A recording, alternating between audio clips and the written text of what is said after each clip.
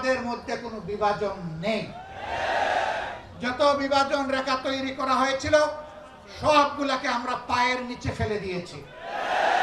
আর আমরা কাউকে জাতিকে বিভক্ত করার সুযোগ দেব না।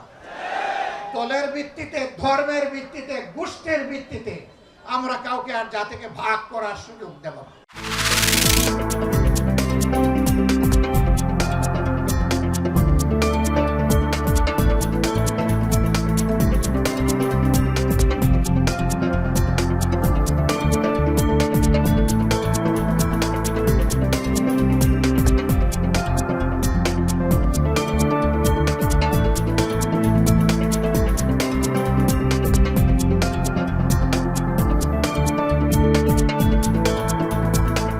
কাশফুল কোন সময় হয়, শিউলি ফুল কোন সময় ফোটে, সাদা মেঘের ভেলা কোন সময় ভাসে, কোন সময় আকাশে নীল স্বচ্ছ থাকে, যে বিষয়গুলো জানতে হলে প্রকৃতির পাঠ লাগবে। শরৎ আমার কাছে বাংলাদেশের একটি অন্যতম সুন্দর ঋতু।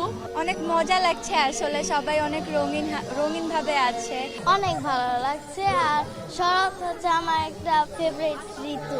শরৎ মানে আমরা মনে করি যে কাশফুল, শরৎ মানে মনে করি যে সবুজ প্রকৃতি, বৃষ্টি স্নাত দিন, আকাশের শুভ্রতা, সাদা নীলের বাহার, শিউলি ফুল, কাশফুল।